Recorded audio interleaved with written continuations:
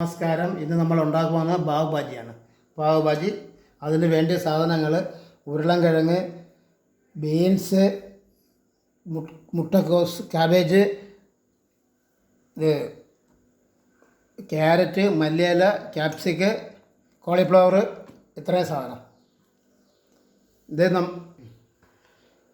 ഇത്രയും സാധനം നമ്മൾ കുക്കറിൽ വെള്ളം കുറച്ച് വേവിച്ചിട്ട് അത് ഇടിച്ച് ചതച്ചെടുക്കാനുള്ളത്, മാഷ് ചെയ്തെടുക്കാനുള്ളതാണ്.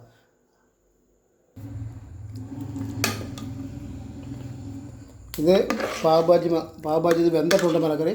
ഇനി നമുക്ക് ഒരു പാൻ അടുപ്പി വെച്ച് ഇച്ചിരി എണ്ണ ഒഴിക്കണം. അത് നല്ലതുപോലെ ഇടിച്ച് മസാല ഇതാക്കിയെടുക്കണം. നല്ല മസാല ആക്കിയെടുക്കണം. നല്ലതുപോലെ പൊടിയണം. ഇപ്പം നല്ല വൃത്തിയാക്കി പാനിൽ ഇട്ടതിന് ശേഷം ബാക്കി നമുക്ക് പാനിൽ ഇച്ചിരി എണ്ണ ഒഴിച്ചു കൊടുക്കാം. കുറച്ച് മതി ആവശ്യത്തിന്. ബട്ടർ ചേരുന്നതാണ്. അടുത്ത സവാള കുനുകുന അരിഞ്ഞ് വെച്ചിട്ടുണ്ട്. സവാള ഇളക്കി കൊടുക്കാം. ഇളക്കി നല്ല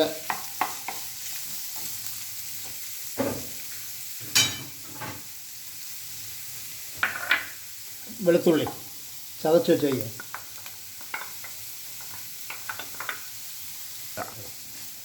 ബ്രൗൺ നിറമാവുന്നത് വരെ നല്ലതുപോലെ വറുത്തെടുക്കുക. ഇതിൻ്റെ കൂടെ ടൊമാറ്റോ കൊണ്ട് കൊടുക്കാം. ഉള്ളി ഒരുവിധം വഴറ്റിയിട്ടുണ്ട്.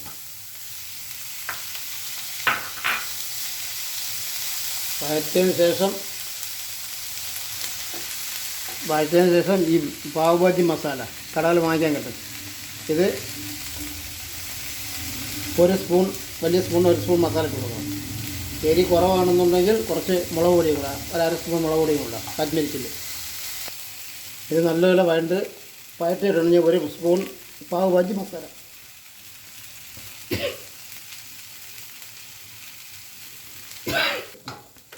ആവശ്യത്തിന് ഉപ്പിട്ടായിരുന്നു. നമ്മൾ ആവശ്യത്തിന് കുറച്ച് ഉപ്പ് കൂടെ ഇട്ട് കൊടുക്കാം.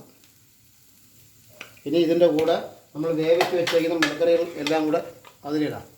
ഇട്ട് നല്ലതുപോലെ ഇടിച്ച് എടുക്കണം.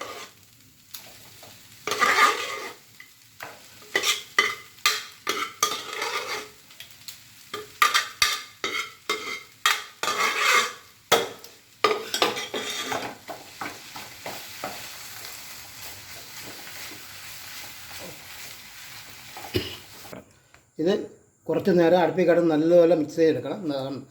നല്ലതുപോലെ എടുക്കണം. നല്ലതുപോലെ പൊടിഞ്ഞ് വരണം. എങ്കിലേ ഇതിൻ്റെ രുചി വരത്തുള്ളൂ. ഇതാണ് പാവ് ഭാജി. നോർത്ത് ഇന്ത്യൻ പാവിൻ്റെ കൂടെ കഴിക്കുന്നത്. പാവ് വന്നിട്ടില്ല, ഇപ്പം വരും. ഓക്കെ, അപ്പോൾ ഇത് പാവ് ഭാജി റെഡി ആയിട്ടുണ്ട്. ബട്ടർ മല്ലിയില ഇതിൻ്റെ പുറത്തിട്ട് ഇതാണ് പാവ് നെയ്ക്ക് ബട്ടറിനകത്ത് റെഡിയാക്കി വെച്ചിട്ടുണ്ട്. ഇതും അതുകൂടെ ഒരുമിച്ചാണ് കഴിക്കേണ്ടത്.